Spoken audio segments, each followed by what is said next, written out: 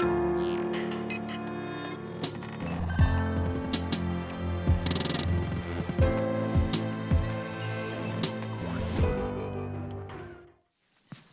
everybody. I'm Jiabao Li, an artist, designer, and creative technologist. I'm also assistant professor at the University of Texas in Austin. And today, I will talk about... do I just press the green button? OK. I will talk about interspecies co-creation.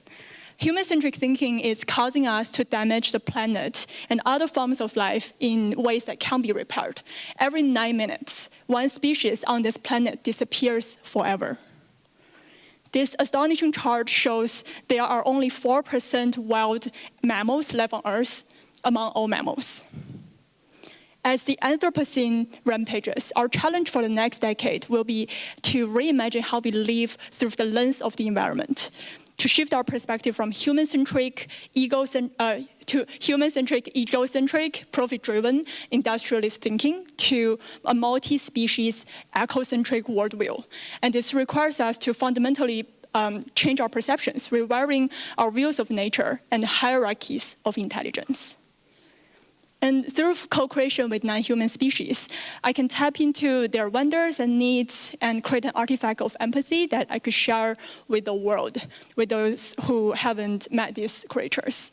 And today, I would like to share with you my 3 stories with a squid cartographer, an octopus archaeologist, and a mouse coach.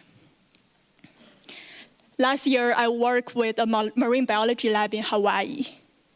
While the scientists were studying the squid, I noticed that the squid just sit in these white boring tanks all day long.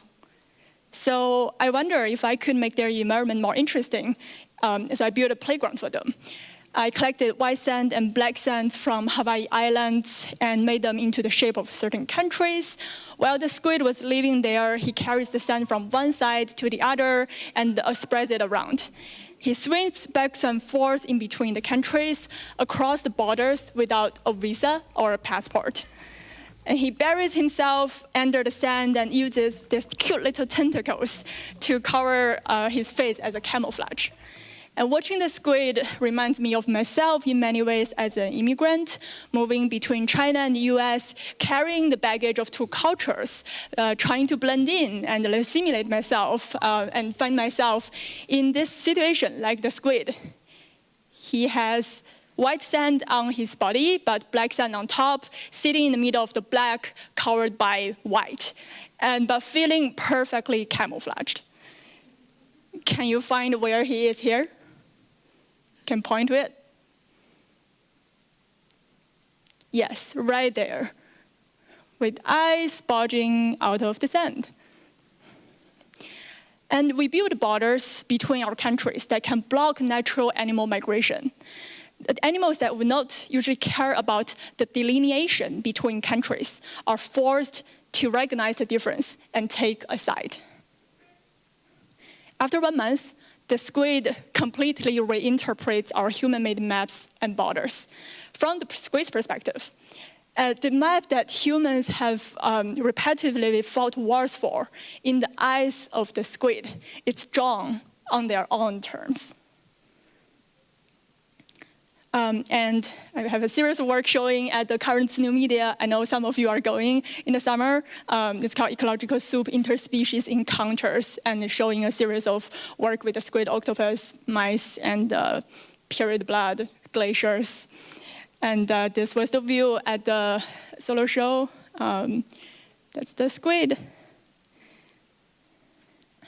While the scientists were experimenting with the squid in Hawaii, I also witnessed a lot of deaths of the squid, including thousands of babies and some adults. And the squid in this Gyutaku, this one, died from a handling incident where the researcher is trying to move her, and she got panicked and she jumped out of the balcony and smashed on the ground. And like a funeral for her, I made a gyutaku with her body in the ink that she left behind, it's a sign of panic. In Japanese fishermen, they have this long tradition to use gyotaku to show off how big of their catch of the fish are. But here, instead of a celebration, it's a funeral. And there are many other causes of death for squid besides experiments. Yeah, there's some story. I won't tell all of that. So, like, what are the ethics of using animals in science versus art, or versus eating them? Well, in Hawaii, I also got to spend some time with an octopus. On the evolutionary tree, humans and octopus are separated by 500 million years of evolution. And they've evolved distributed intelligence into a completely different extreme than humans. So I wonder, what if the world is not centered around human, but octopus? We imagine a world where global warming causes sea levels to rise and all continents are submerged underwater. And as a highly intelligent species in the ocean, the octopus have unlocked their optic gland gene that release self-destructing hormones after giving birth.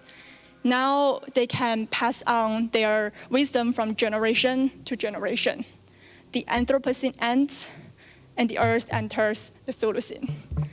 While humans are on the edge of our own extinction due to environmental breakdown, how can we design elegant extinction? What can we create so that this upcoming species, in this case the octopus, can remember us with some tenderness and empathy? And in this first attempt, we try to connect with octopus by learning their movements through interspecies metamorphosis, shifting from a human supremacy worldview to a world where we have to adapt and learn the becoming of another species. Shifting from our central governed brain to distributed intelligence, and shifting our visual dominated sense to tactile perception.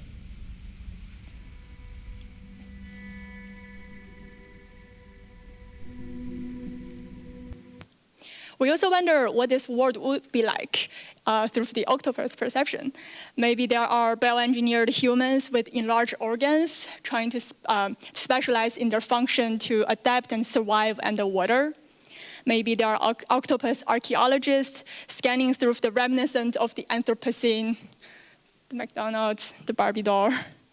And maybe territorial birds will take advantage of their aerial ability when the land is underwater, just like humans. And you might know that each of octopus tentacle can think on their own. They are have 9 brains. And so here are 3 octopus trying to express their opinions. It's hard because the different tentacle from the same octopus may disagree with each other. And the third story is about mouse coach. So mouse has been used in a lot of scientific research to better understand our own knowledge, so a lot of mouse died or get fat or healthy or being athletic for our own to better know about them. So now I'm reversing the agency. So instead of we kill the mouse to learn about us, now the mouse is controlling my house. So here I share my living space with 2 mouse, and they have weight gain when they are running wheel malfunction. So now they are becoming my house coach. Whenever they run, I receive a notification, and I need to run. And if my running distance match how much they run, we both get a reward. I made it. And so for the mouse, they got a cheat. And then for me, I get screen time on social media. And the amount of I can scroll is the same distance of how much we run. And this follows the habit loop theory, cue, action, reward. And this is an ongoing project. I'm going to conclude it as running a guess. Before I say that, do you know how much a mouse runs every day? I was surprised learning about it. They run like a half marathon every day. So as a conclusion of this project, I'm going to run a half marathon as a final testament for their training on me. And I also made a kind of sarcastic commercial for this. Can you turn up the volume?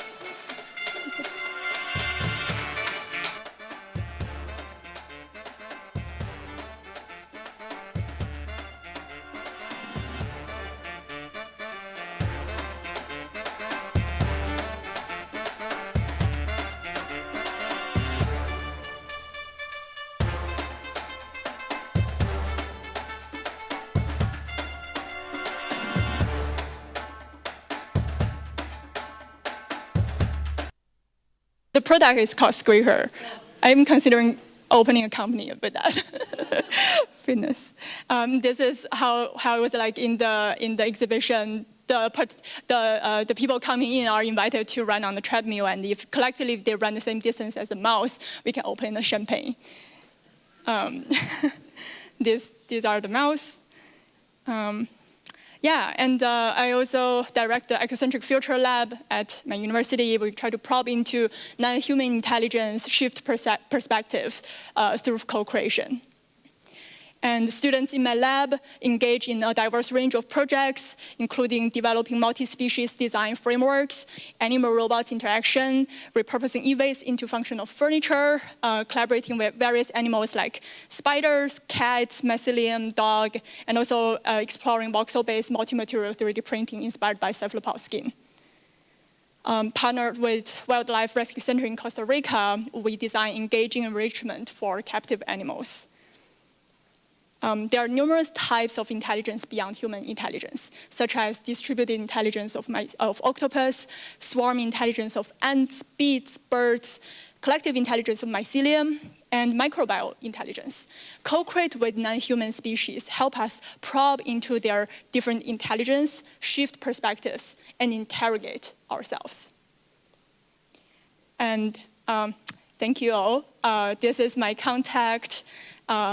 I will be around to answer any questions.